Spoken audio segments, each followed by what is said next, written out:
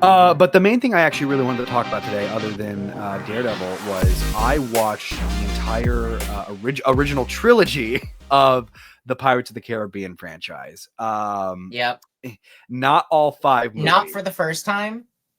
Not for the first time, No, I would assume. Yeah. not for the I think first we've time. watched some of those movies Absolutely not. together, Oh, but we absolutely did at one point. Pirates of the Caribbean was the this is story time with Carson again. I love these favorite I love these favorite moments on the podcast. Pirates of the Caribbean, the first one specifically, was as least as far as I can remember. It was the first film I ever remember watching with my father. It's the first film that I like fell in love with. Like I remember the entire rest of the year after watching it in like I think it was like June of 2007 or something. DVDs, Blu-rays, and it was constantly on this little DVD player that I used to have as a kid. I mean, I swear, I dressed up as Jack Sparrow. All I wanted to be was Jack Sparrow. I read all the books and pirate maps and this and that. It's such a big part of my life. And so Mhm. okay, say what you want. I'm biased about this. Until Lord of the Rings came along, it was my favorite action adventure franchise. And specifically the trilogy. I don't talk about the last 2 films. They're not horrible, but I don't like them. I don't like to talk about. They don't feel as necessary in a Yeah. way where, granted, every single Pirates of the Caribbean for the most part is very standalone. But Sure. The well, way I I'm look saying at it to a degree. To a to a degree, degree, they're right, standalone. Yeah, like you can right, still watch them individually, and you'll still have an enjoyable experience without having watched all of them in succession. sure, Is essentially what I'm sure, saying. Some stories you can't. sure, absolutely. And the thing that I love about this first trilogy is Hmm. it is all really connected. Like, and I feel what they were trying to do from start to finish. I understand the story Yeah. they were trying to tell, even though that first movie was like lightning a bottle. They probably never thought they would get a franchise out of this, and so they kind of turned it into a trilogy. But they did it better than some of what some franchises today do. Um, Yeah. but I like watching. Let's start with the first movie because that first movie is just so good. I mean, the story itself is so simple but I'm gonna constantly refer to this with this movie in particular, but lightning in a bottle, it just has such an energy and a liveliness to it that it makes you engaged and immersed in this world in a way that you really didn't feel like you would from a movie that's based off of a theme park ride. And they do Yeah. such a good job building the world, building this set. Like you feel the Caribbean come to life. You feel this world come to life from the second, and that's why when you have this simple town life, and all of a sudden enter Johnny Depp as Jack Sparrow, everything it turns on its head, and you understand the pirate aspect and the pirate world of it. And Johnny Depp, oh my God, let's talk about Johnny Depp for a minute. He is one of my favorite actors of all time, not just because of this role, but this role is by far his like it is his best thing he's ever done, and he is I agree. so good I at it. personally agree. I I got a mean, jar of dirt. I got a yeah, jar. I mean, nobody can he has so many improvise stuff like that. iconic. Oh my No, gosh. there are so many iconic lines and moments from the Pirates of the Caribbean Hmm. where it is. I love. I mean, I've seen it. I've seen all of the movies, Yes. and man, like you said, it is just in my opinion. I I don't have as much of a deep love for them as you do. I really enjoy them. Sure. I feel like it's just because I haven't watched them near as much as you have, and they weren't as connected to Sure. my childhood. But I always enjoy watching them. I always have a Mhm. fun experience where, like, obviously, it's not like you watch it to feel good, but you watch it to watch a Sure. really funny character in Johnny Depp and go on stupid pirate adventures, and that's just it to me. That's what Yeah. I enjoy about the Pirates of the Caribbean movies, and that's why Yeah. I know they do tell a connected story, but I feel like I really can just sit down and be like, what do I want to watch? Oh, I'm just going to rewatch one of the Pirates of the Caribbean movies. Like, I don't need to Any worry of about them. which one it is. Sure. I can just throw it on and have some fun. Sure. And I think what this movie has over all of the pirate movies is like you had pirate movies that came out before this. But it's not good when you look at all the pirate movies that came before it and go, I think the best one is Muppet Treasure Island. No, there were no movies out that had ever done the pirate name justice like Pirates of the Caribbean did. Let's use this as an example. Um, Captain Barbossa is a stereotypical pirate guy. Obviously, he has the curse and Yeah. whatnot, but he is the stereotypical pirate. You would think Hmm. that just be an immediate turn off, an immediate, okay, this is no different than anything that's come before it. What makes it different? It's how good he plays the role and how much he owns it and he leans into it. Like it's because especially because it's balanced out with Johnny Depp as Jack Sparrow, but Jeffrey Rush, oh my god, dude! Like he owns every second of screen time he's on, and you. The sad thing is, like, yeah, they're all evil. All pirates are evil. I don't think that there's.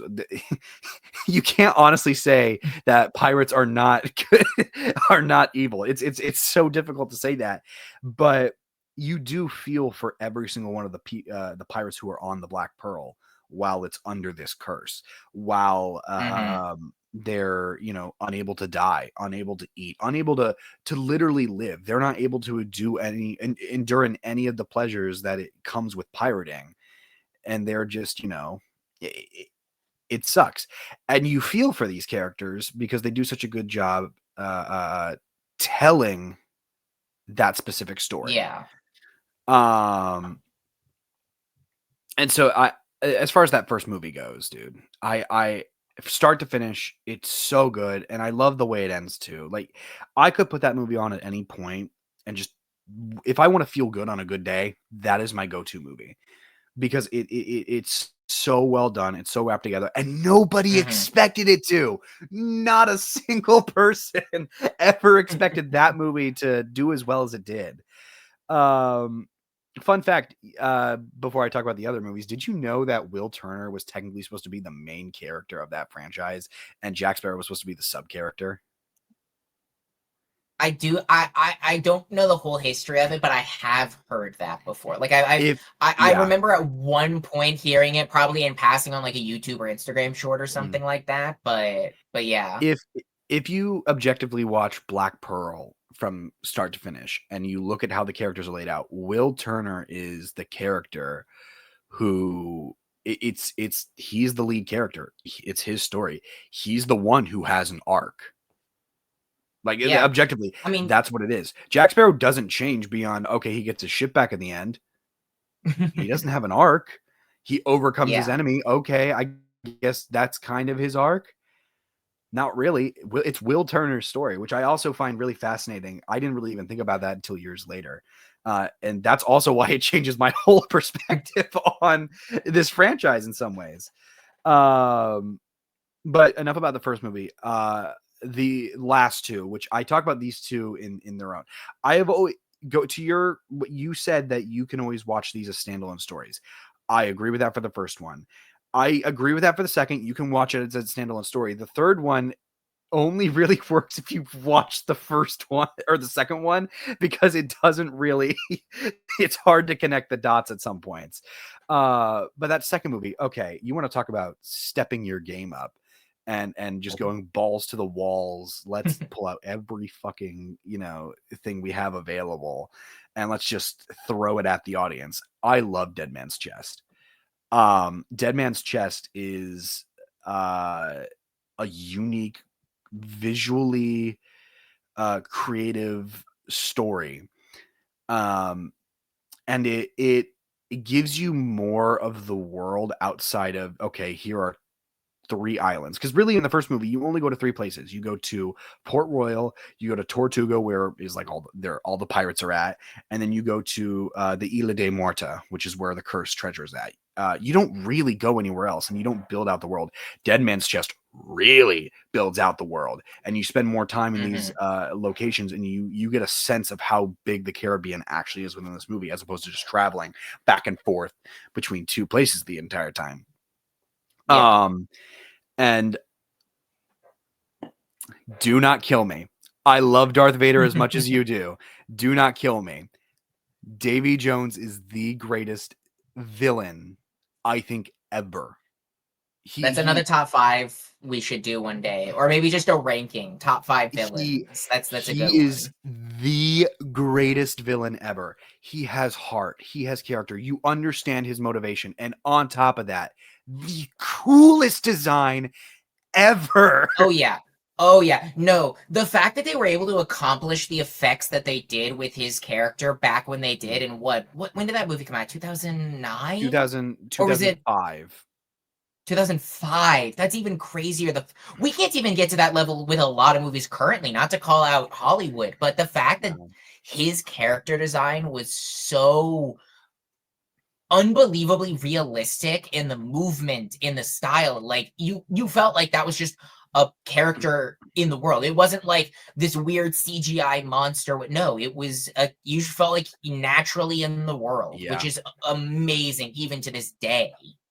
It's scary knowing that this year is that film's 20th anniversary and knowing that that film is 20 years old this year because it doesn't feel like it's 20 years old this year. Yeah. Um, but no, I think Davy Jones is just the coolest written character, villain, period. He Hmm. Bill Nye, not to be confused with the science guy. Bill, I Bill, Bill didn't Nye know he just was in this movie. I need to rewatch Pirates of the Caribbean. he has the hardest job in the second and third films, which is okay. Not only do I have to act my butt off and give a very meaningful performance, but I have to do this in this particular manner because okay, I have a peg leg, I have a squid for a face, I I have all these things which I don't have. So how do I portray this? So if you ever watch any like Yeah. behind the scenes stuff, he's like, he's actually fully embodying the character, and it's so cool to see Hmm. that, especially once you add the visual effects in. Um, but I love the story of Davy Jones and how he gives his heart, his love to this sea goddess of Calypso, and because she tasks him with, hey, I want you to save all these souls on the sea, and once every 10 years we can meet again. And then because she chooses not to meet him and she's not there, um, he becomes full evil, heart ripped out, in a beating chest, locked away, and he fails to do the task that he was assigned to because his heart is Hmm. broken. And it is it is genius writing. I mean, it is absolutely incredible writing. Um, Now, not just that, but Davy Jones is a major part of why I love Dead Man's Chest. But let's talk about just the story in general, because this is like a big Infinity War style story where a bunch of storylines are coming together. Jack is simply trying to escape fate from Davy Jones by not dying to the Kraken, not being. He just wants to be a pirate, man. He just wants to be on the seas. He wants to live as long as possible, but he doesn't want to sell his soul to the devil, basically. And he's Smart man, trying to smart man. well, and the whole point is of this story is he's overcoming fear. Jack Sparrow in the second movie Yeah. has so much fear, and it's not until basically the third act of the movie, that he overcomes that fear and he stands up and he comes back to fight with his friends as his ship's being attacked by the Kraken. Um, the whole movie, he opens his compass and he's like, what do I want? I don't know, because the compass only points to what he wants most. And the truth is he doesn't know what he wants. And that's why one of my favorite moments in the movie is Jack's in the boat, the Kraken's attacking the ship, everybody's dying, most of his crew's gone, and he finally opens up the compass and he looks at it, and what does he want? He wants to go back on the boat to help his friends because he is a good man. Like Elizabeth tries to tell him early in the movie, you're going to find out one day that you want to be a good man, that you are a good man. Yeah. um, Will Turner has a great character arc in this movie with being trapped aboard the Flying Dutchman, is being tricked aboard the Flying Dutchman through Jack, who was trying to sell his soul instead of his own. Uh, and he becomes reunited with his father, who technically should be dead. Um, Hmm. and so it's a very well done story of father and son being reunited, and how Will, his whole life, he never had that connection, and so he will do anything at all costs to free his father. And that's why when you get to that third act showdown on the beach, you have Jack fighting to make sure that the Kraken isn't released after Jones is dead. Will only wants to kill Davy Jones so that his father can go free. And then you have a third character in the former Commodore James Norrington, who just wants his career and his status and his life back. And yeah. This is why Dead Man's Chest is so good. And even my dad, who like isn't the biggest like, he likes Godfather. He likes Saving Private Ryan. He likes the films that are realistic. He doesn't really go outside of. He's never going to watch a superhero film. That's probably the best way to say it. Even he looks at these movies and it's about as crazy and wackadoo as it gets for him. But he says like these were incredible movies. They were so well done. And it's like even him saying that, I'm like, okay, so that means they did something right. Because that means that somebody who doesn't like this stuff actually likes this stuff. Well, and one thing I'll say to that, and this is like, I guess my only problem, it has nothing to do with Pirates of the Caribbean necessarily, but I do genuinely believe that Pirates of the Caribbean and One Piece are the reason we don't get more pirate stories, because some of the, like, they've already written some of the best pirate stories of all time. One Piece being, like, not even arguably, it is the biggest pirate story that has ever been told. And Pirates of the Caribbean is the biggest non-animated, like it is the biggest like real life, not real life obviously, but like a live action pirate movie of all time. And I'm not complaining because I'm so glad to like be able to watch them again. Like Pirates of the Caribbean I enjoy. It's not like top of my list or anything, but I do really enjoy them. But I will say, like, I hope that one day we do get more pirate stories like Pirates of the Caribbean in a way that we just don't see anymore nowadays. Like Pirates of the Caribbean is kind of its own echelon in a way of not necessarily the type of story, and like it tells a very like not repeat story, but like it is not a wholly unique story, but it's told in a unique way of it being pirates, of having these curses, of having all these different elements that come together while still being enjoyable movies that, again, in my opinion, you don't need to worry about every single detail to still enjoy the movie experience. Yeah. No, I get that. Yeah, no, I completely agree with that too. Yeah. But then I don't know, just all the stories coming together, and then a big finale, Jack coming back to the ship, fighting for his friends, and then the movie ending with it is a cliffhanger, but it also does wrap up. If the franchise were to end there, it technically does wrap up the story pretty nicely. In some regard, the movie ending with Elizabeth basically being like, "I'm fed up with Jack's antics. I'm fed up with his lies, bullshit, all of it. I'm done with every last thing that he's done because he has done nothing but lie to me since I've known him. He's a pirate. He's a scumbag." And once Elizabeth realized, okay, this Kraken isn't after the crew. It's not after the ship. Davy Jones didn't send the Kraken to take down the crewmates. It came here for Jack because that's all that Davy Jones cares about, or that's all that Davy Jones wants. And once Elizabeth realizes that, handcuffs him to the ship. Jack faces his fear with the Kraken as the crew gets away. Not really having a choice in the matter. He's kind of stuck there because he's handcuffed to the ship. And then Captain goes down with his ship. It's emotional. You want to talk about score? My God, dude, Hans Zimmer, man. Oh, he does such a good job. I mean, in the last two movies, because he doesn't score the first movie. The only thing Hans Zimmer did was the main Pirates theme. That's all he did for the first movie. Dun dun dun dun dun dun dun dun. Yeah. I mean, again, talk about iconic. That is one of the biggest character themes of all time. I mean, that's on the echelon of like Darth Vader's dun dun dun dun dun. Like, ironically enough, I believe both Hans Zimmer, or no, that one's John Williams. The Darth Vader one is John Williams. Hans Zimmer, but they've both done very iconic like character intros. They're some of the most iconic score. Like, I guess I'm forgetting the word off the top of my head, but like I guess score makers of all time. That's what I'm going to call it. But there's another word for it. Score makers, music makers. Doesn't really matter. You're getting the point across. Exactly.